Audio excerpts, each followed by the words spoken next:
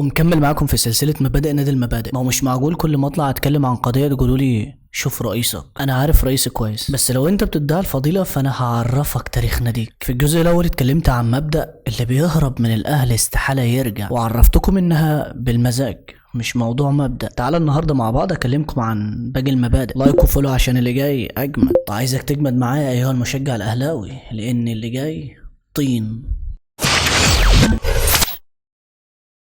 كل فرات على 18 يكسبوا ماشي، ويكفي ان النادي الاهلي اللعيبه بتاعتهم بيتحايلوا علينا في الملعب دي ويقولوا عشان خاطرنا، وفي حاجات بقى الحكم مش قادر يطلع. والله العظيم من احمد السيد ومن شادي محمد ومن احمد حسن. كان بره 18 يطرد. فكنا بنلعب المحله في المحله، فقلت كان جه لي بره 18 فقلت الحقه بره عشان اخوفه، ففعلا فصديتها بايدي فراح مصفر مدي هاند بول، والقانون طلع واضح انه طرد. قلعت الجون وخلاص ماشي. فهو الكابتن قادر يفكر شويه يعني ايه الاهلي والجمهور وشغله بتاع، فراح مديني كارت اصفر كنت حبوسه. لو راح يسالني هقول له انما ما سالنيش. الحكام على طول اي حاجه الاهلي فوق، على طول اي حاجه الاهلي فوق، على طول اي حاجه الاهلي فوق. فالمهم في كوره كده كنا بنلعب الترسانه وقمت جاي مرقص. كان كنت في الاهلي ودخلت 18 وعملت لها باص وقمت جاي مرقص. الراجل خد المدافع خد رجلي، المفروض ضربه جزاء فالحكم ما حسبهاش.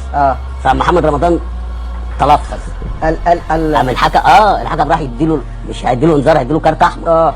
فافتكر ان هو قالوا له ايه ده واخد انذار مش هيلعب ماتش الزمالك اللي جاي. يا نهار اسود. فقام جاي مطلع بعد ما عمل كده، قام جاي عامل كده قام مطلع مدينا انذار. قلت له طب انا I was by myself اهلي coach.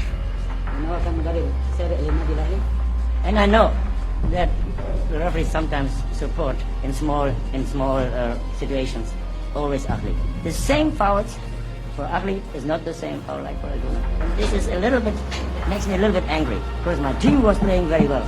My team do it. لكن انا كنت سعيد بطلب النادي الاهلي حكام اجانب. هو مين اللي كان ممكن يطلب حكام اجانب؟ النادي الاهلي يطلب حكام اجانب مع احترامي.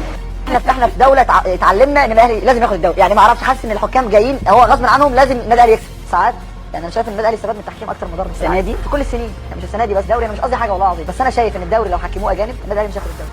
صغري لما كنا نروح نلعب الاهلي الحكام كانت تنزل علينا ايه حرام عليكم بقى، كرهت الاهلي بقى بصراحه. فمن ساعتها بقى حسيت ان يعني الحكام مع الاهلي فما بصراحه.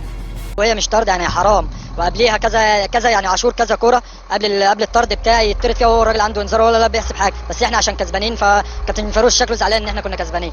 والكابتن عمر بيقول حضرتك عملت المستحيل عشان الاهلي يكسب. محمد عمر جاي بيقول ايه مش نخلص قصه روحكم وهنقعد ازود حوالي 10 دقائق. ده اقل واجب يا كابتن، اقل واجب. وخلص على 1-0 يعني على غير هواك يا كابتن معلش. اكبر مفسده في مصر النادي الاهلي، اكبر مفسده في مصر النادي الاهلي.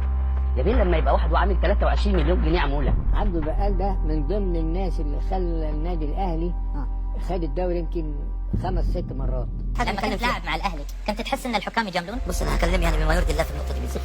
يعني الحكام يتلككوا ان النادي الاهلي يكسب، او يعني بمعنى اصح يعني اللاعب هو موجود. الزمالك والزمالك احيانا زي يعني مثلا في بعض المباريات يا دوبك انت عايز تتلمس جوه 18 هيحسب لك ضربه جزاء، بيتلكك ان هو يحسب لك ضربه جزاء عشان النادي الاهلي يكسب. ليه؟ لان النادي الاهلي لو خسر هيبقى في اعلام هيتكلم على الحكم هيطلعه من الكفار. مره وحيده كنا بنلعب اتحاد سكندري في اسكندريه، وكان النادي الاهلي كده كده طالع رابع او خامس في الدوري، وكان اتحاد سكندري هينزل درجه ثانيه، هينزل محتاج نقطه. اسكندريه كلها جات لنا الفندق، واحنا كانت الفرقه بقول لك احنا كنا الرابع او الخامس، يعني الطبيعي ان انت مش سهل ان انت تكسب. ففي مثل بيقول لك اللي يجي بالغصب خليه بالرضا، قلنا ماشي.